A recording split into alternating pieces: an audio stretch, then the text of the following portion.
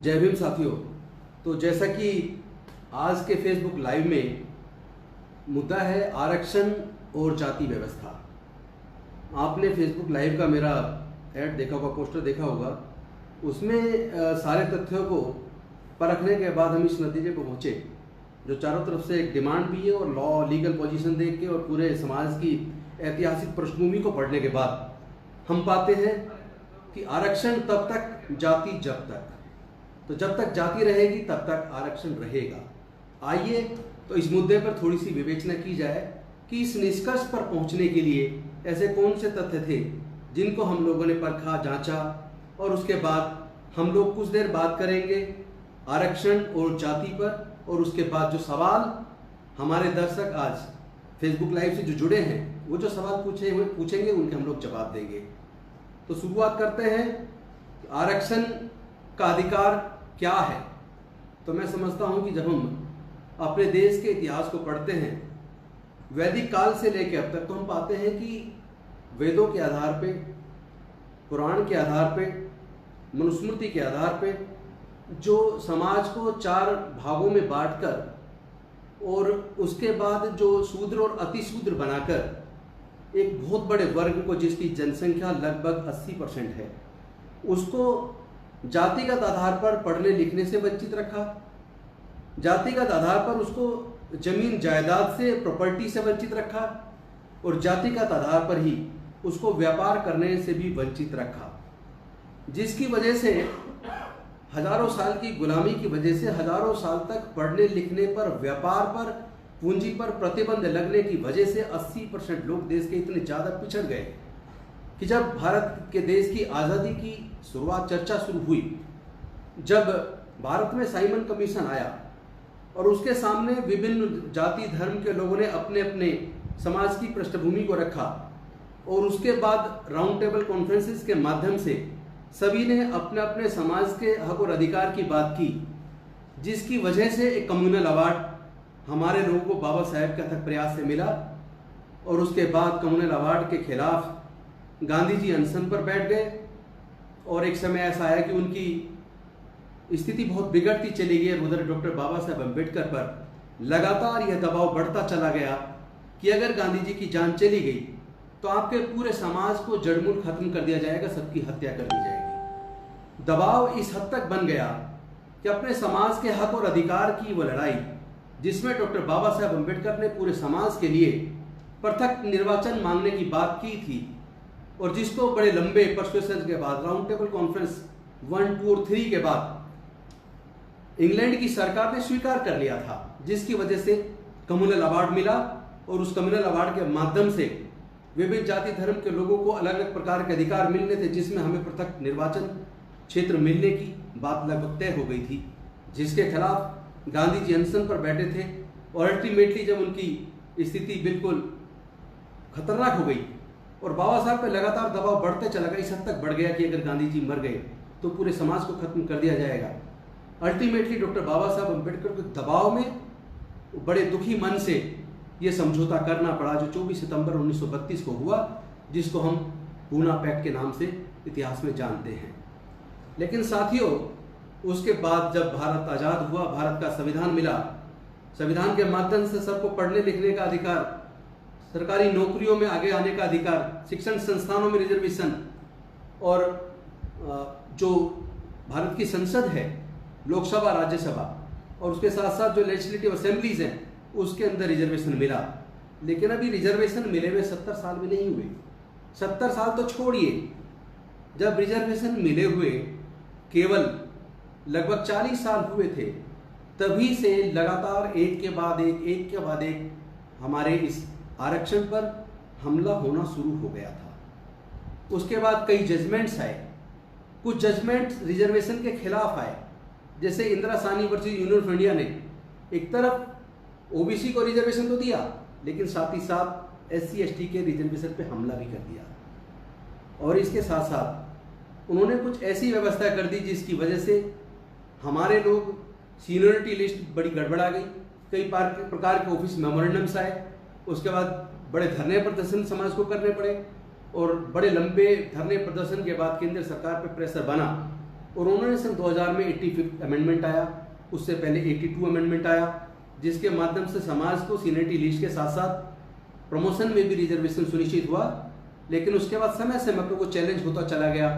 कई M Nagraj judgement आता है, जर्नल सिंह जजमेंट आता है, और उसके बाद जो अभी जो उत्तराखंड वाला जजमेंट आया, से लगातार रिजर्वेशन को डाइल्यूट करने की कोशिश की गई।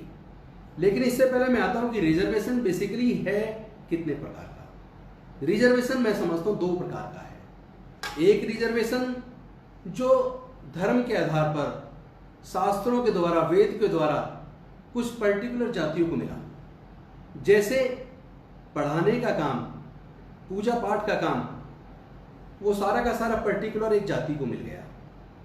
दूसरी तरफ सेना के अंदर, सत्ता के अंदर, देश का शासन किसके हाथ में रहे, वो अधिकार कुछ पर्टिकुलर जातियों को मिल गया। और दूसरी तरफ व्यापार करने का अधिकार भी कुछ पर्टिकुलर जाति को मिल गया। देश की भूमि भी कुछ पर्टिकुलर जातियों के हाथ में आ गई। तो जो देश के लगभग 80% लोग हैं, उनके पास धर्म के आधार पर, वेदों के आधार पर, स्मृतियों के आधार पर, मनुस्मृतियों के आधार पर पढ़ने लिखने से भी वंचित, ज्ञान से वंचित, धन संपत्ति से वंचित, व्यापार से वंचित, भूमि से वंचित, लगभग सभी प्रकार से के अधिकारों से वंचित हो गए। तो जिसकी वजह से स्थिति इतनी भयावह हो गई कि हमारे लोग लगातार पिछड़ते चले गए, इस हद तक पिछड़ गए, और उनके साथ एक प्रकार के नहीं, नाना प्रकार के जुल्म हुए। यहाँ तक कि त्रावणकोर की एक घटना आपने देखी होगी। वहाँ हमारे समाज की स्त्रियों को अपने स्तन ढकने पर टैक्स देना होता था। उस टैक्स की व्यवस्था को खत्म करने के लिए हमारे समाज की एक बेटी ने अपने स्तन काट के टैक्स के रूप में उस वक्त के राजा को दिए, तब जाके ये प्रथा खत्म हुई। दूसरी तरफ पेशवाओं के समय में आपने देखा होगा, हमारे लोगों के थूकने के लिए गर्दन में हांडी बंधी होती थी और पीछे झाड़ू बंधी होती थी। इसी प्रकार कई जगह ऐसा भी देखने में आता है कि हमारे यहाँ किसी की अगर शादी होती थी तो पहली रात शादी की हमारे जो घर में बहू आती थी उसको ठाकुर के घर जाना पड़ता था। तो इस तरह की तमाम तरह की जो व्यवस्थाएं पूरे देश में देखने को मिलती थी, जिससे हमारी जो स्थिति इतनी बदतर हो गई, वो बाबा साहेब का जो पूरा जीवन संघर्ष जो लगभग 1920 से शुरू होता है और 1956 तक लगातार चलता है, उसके माध्यम से जो रिजर्वेशन मिले, इसमें मैं ये देखता हूँ कि जो आरक्षण का आधार बेसिकली जातिवाद है। और बार बार ये बात निकल के आ रही कि आरक्षण तब तक, जातिवाद जब तक। तो जातिवाद क्या देश के लोग खत्म करने के लिए तैयार हैं? क्या जो एक सुप्रीम कोर्ट और हाई कोर्ट्स के अंदर कुछ चंद जातियों को पूरी तरीके से कब्जा है, उस व्यवस्था को क्या आज तक कोई सरकार हटा पाई है? एक ही जाति का कब्जा सेना के अंदर है, कुछ एक जाति का कब्जा मीडिया के अंदर है।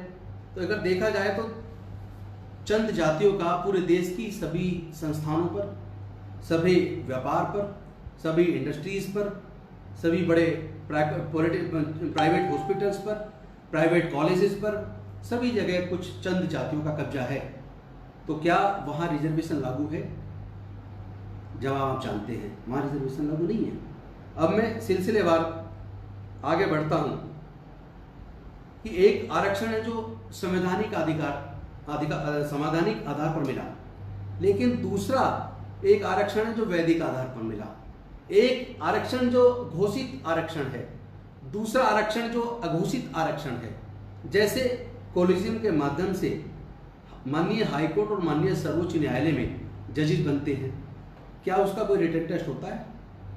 अगर हमारे लोग सिविल सर्विसेज में एग्जाम पास करके उसको टॉप कर सकते हैं और वो पूरे देश में नीति निर्धारित करने के लायक बन सकते हैं, अगर वो पूरी देश की सरकारों को चलाने में अपनी भूमिका निभा सकते हैं, तो क्या उसी तरह जिस तरह यूपीएससी उस एग्जाम को कंडक्ट करती है, उसी तरीके से अगर न्यायपालिका के अंदर जजेस के अपॉइंटमेंट के लिए कोई रिटन टेस्ट होता और वो भी यूपीएससी जैसा संस्थान उसको करता, तो क्या सुप्रीम कोर्ट में जिस मात्रा में हमारे जजेस होने चाहिए थे, क्या वो काबिल जज ना होते? इसका जवाब भी यही निकलेगा कि काबिल लोग हमारे समाज में हैं, और वहाँ भी जरूर पहुँचते, बशर्ते कि वो व्यवस्था वहाँ मिलती। लेकिन कॉलेजियम के माध्यम से वहाँ एंट्री बंद है, क्योंकि जिनको वहाँ पे एंट्री जिस माध्यम से मिलनी है उस माध्यम में हमारे पास कोई स्रोत नहीं है, कोई सोर्स नहीं है, कोई अप्रोच नहीं है, तो वहाँ तक पहुँचना बड़ा मुश्किल है हमारे लोगों के लिए। इसलिए हमारे लोग हाई कोर्ट्स के अंदर और सुप्रीम कोर्ट्स के अंदर ना के बराबर पहुँच पाते हैं। अब मैं आता हूँ, जो बड़े बड़े कॉन्वेंट स्कूल हैं, पब्लिक स्कूल्स हैं, बड़े बड़े प्राइवेट कॉलेजेस हैं, engineering college, medical college, management colleges, जहाँ कैपिटेशन फी के द्वारा, जहाँ मैनेजमेंट कोटे के तहत या एनआरआई कोटे के तहत जिनके पास पैसा है वो लोग पैसे के दम पे एंट्री कर जाते हैं। लेकिन जिसके पास पैसा नहीं है, हमारे लोगों के पास तो 99% के पास कोई पैसा नहीं है, वो तो पैसे देके एक सीट अपने लिए रिजर्व नहीं करा सकते। तो ऐसे जो private engineering college, medical college, management colleges हैं, वहाँ तो हमारे लोग एंट्री नहीं कर पा रहे हैं। लेकिन वहाँ से जो MBBS MD करके मैनेजमेंट कोर्सेज करके जो बच्चे निकल रहे हैं, उनके मेरिट पे आप क्या कहेंगे?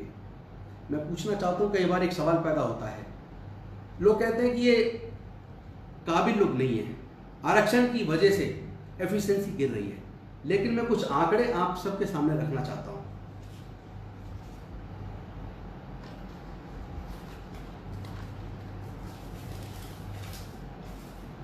दोस्तों, भारत में 91% जमीन केवल सवर्णों के पास है और 9% जमीन अनुसूचित जाति, जनजाति, अति पिछड़े वर्ग के पास है। भारत में व्यवसाय 96% केवल सवर्णों के पास है। और अगर तमाम तरह की नौकरियों की बात करें तो 86% नौकरियां सवर्णों के पास हैं। और अगर हम लोग यूनिवर्सिटीज का डाटा देखें तो देश में 40 केंद्रीय विश्वविद्यालय हैं। इन 40 केंद्रीय विश्वविद्यालयों में जिसमें 1125 प्रोफेसर की पोस्ट हैं, इन 1125 में से केवल 39 प्रोफेसर यानी 3.47% अनुसूचित जाति से हैं और केवल 6 प्रोफेसर यानी 0.7% अनुसूचित जनजाति से हैं। और ओबीसी में 0% ओबीसी का व्यक्ति प्रोफेसर की पोस्ट पर है। इसका मतलब क्या हुआ? इसका मतलब ये हुआ कि देश में जो 40 केंद्रीय विश्वविद्यालय हैं, उन विश्वविद्यालयों के अंदर 95% से भी ज्यादा सीटें जनरल के पास है। अब यहां मेरिट की बात आती है, क्योंकि जब पूरे दुनिया की जो 200 सबसे बड़ी जानी मानी विख्यात यूनिवर्सिटीज हैं, उन 200 यूनिवर्सिटीज में हमारे भारत की शायद एक भी यूनिवर्सिटीज नहीं आती। और जब 96% के आसपास प्रोफेसर्स आप लोग हैं, अपर कास्ट के हैं, तो फिर आपकी मेरिट पे सवाल उठता है। अगर आप मेरिट वाले हैं तो फिर हमारा देश का नाम यूनिवर्सिटीज में, हमारी 200 यूनिवर्सिटी में देश की कम से कम 10, 15, 20 यूनिवर्सिटीज तो होनी चाहिए।